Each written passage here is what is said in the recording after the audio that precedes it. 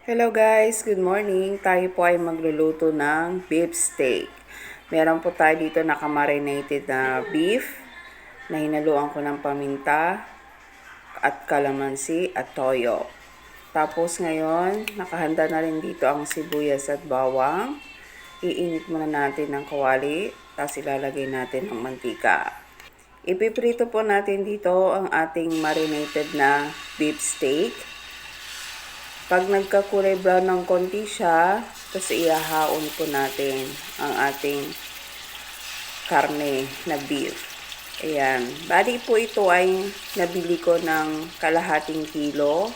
So, maabot po siya ng 190 pesos ang kalahati. So, nakatipid din po ako kasi itong beef steak ko po ay good for 3 to 4 person.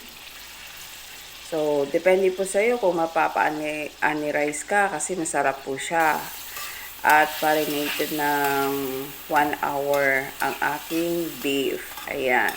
So, hinalo-halo ko po siya para maprito ng maayos. Tapos, pag nagkulay brown na yan, ayan, nagkulay brown na siya. So, ililipat po natin sa plato. So, ayan. Medyo nagmantika po siya kasi may halo ng konting taba ang aking beef. Tapos, later niyan, igigisa ko na rin later yung aking sibuyas at saka bawang. Hinugasan ko na po ulit ang aking kawali. Ayan, so igigisa ko na po ang bawang. So, hintayin ko lang siya magkulay brown ng konti para maprito ng konti yung bawang natin. Tapos susunod ang sibuyas. Ayan guys. Lutuin ng maigi ang sibuyas. At isusunod ko na ang napritong beef na nakamarinate na siya. So yung tubig na ilagay ko dito, meron po siyang beef cubes. So nagpakulo po ako ng tubig. Nasa 1.5 liter. Kasi kailangan kasi palambutin na maigi ang ating beef. Kaya umabot po siya dyan ng 45 minutes na pinapakuluan ko siya.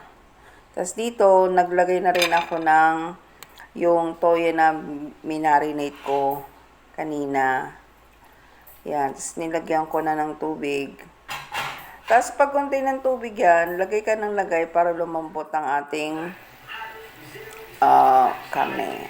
Tapos nung lumambot na siya, more than 45 minutes ang inabot, inilagay ko na rin ang aking sibuyas na hiniwa na pabilog. So yan guys. Halo-haluin lang siya para masarap. Very simple lang po siya lutuin at nakakatipid siya. Sa 190 pesos, meron ka ng beef steak at good for 3 to 4 person. Ayan.